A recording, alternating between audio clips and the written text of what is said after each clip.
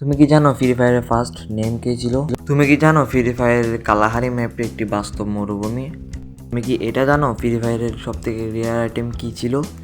তুমি যদি একজন ফ্রি ফায়ার প্লেয়ার আর তোমার যদি এসব সম্বন্ধে জানার ইচ্ছা থাকে তাহলে এই ভিডিওটা ফুল দেখতে থাকো। গাইস, ভিডিওটা শুরু করা যাক। হ্যালো, হোয়াটসঅ্যাপ গাইস, তো কেমন আছো তোমরা? ইন্ট্রো দেখে তো অনেক কিছু বুঝছো যে আজকে ভিডিওটা কি হতে চলছে।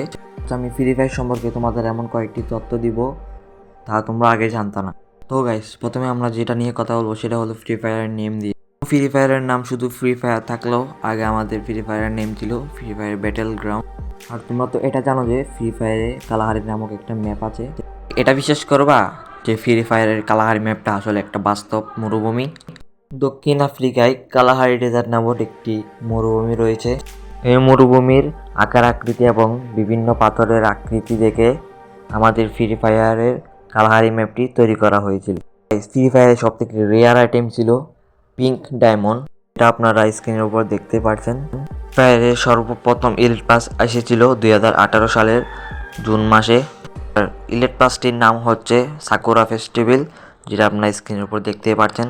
ফ্রি ফায়ারের অ্যাডাম এবং ইবিএর নাম কেন পরিবর্তন করা হয়েছে আপনি কি সেটা জানেন? দুই ক্যারেক্টারের নাম পরিবর্তন করা হয়েছিল শুধু ধর্মীয় অনুভূতিতে আঘাত না পড়ার জন্য। পরবর্তীতে তাদের নাম দেওয়া হয়েছিল প্রিমিস এবং নোলা, যা আপনারা স্ক্রিনের উপর দেখতে পাচ্ছেন। এসব তথ্য জেনে আপনার কেমন অনুভূতি হয়েছে সেটা কমেন্টে জানান, এবং এখান থেকে কোনটি আপনার আগে জানা ছিল সেটিও কমেন্ট করে জানাতে পারেন। সো গাইস, ভিডিওটা যদি ভালো লাগে একটা লাইক এবং একটা চ্যানেলটাতে একটা সাবস্ক্রাইব করে দেবেন। পরবর্তীতে এরকম আরও ইন্টারেস্টিং ভিডিও নিয়ে আমি হাজির হব। ততক্ষণ পর্যন্ত ভালো থাকবেন, সুস্থ থাকবেন। আল্লাহ হাফেজ।